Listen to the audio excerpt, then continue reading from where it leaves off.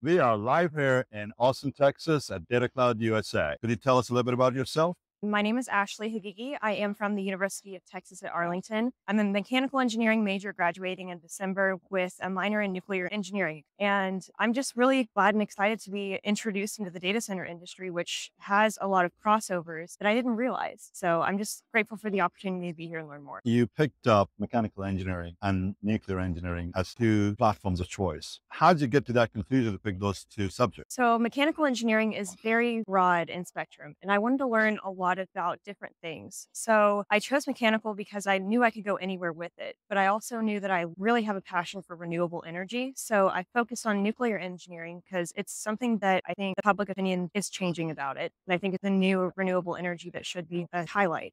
Well, that's going to be a topic of discussion itself. I think we can spend hours and hours and hours on that. Eventually, Agreed. hopefully we get there. The complexity isn't necessarily the engineering. It's the government and the lobbyists. Yes. That's what we need to educate. So you're in the right place at the right time. Why mechanical engineering? Were you exposed to it at some point in time in your life?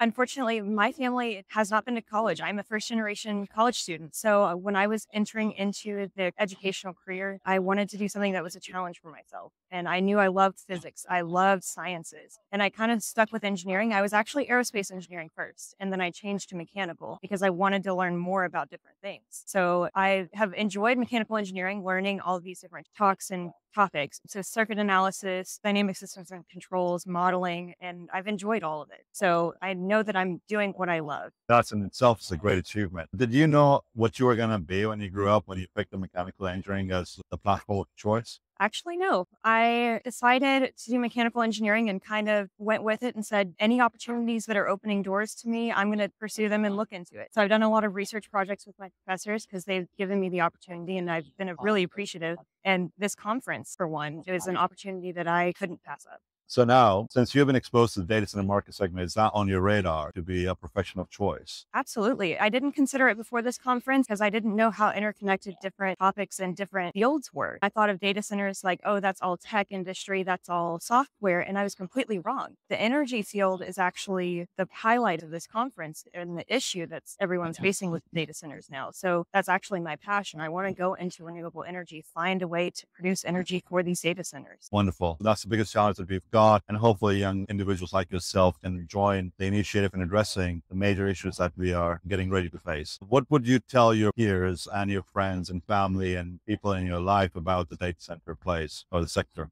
Data centers are much more complex and much more interconnected than anything I could have ever imagined. So don't count out data centers as a possible avenue, no matter what your field of interest is. So many people in this conference have just happened into this industry. And nowadays, it's just getting the word out there about data centers because I think there is a lot of opportunity here for every industry. Thank you so much for taking the time to join us and love your story and love what you're doing.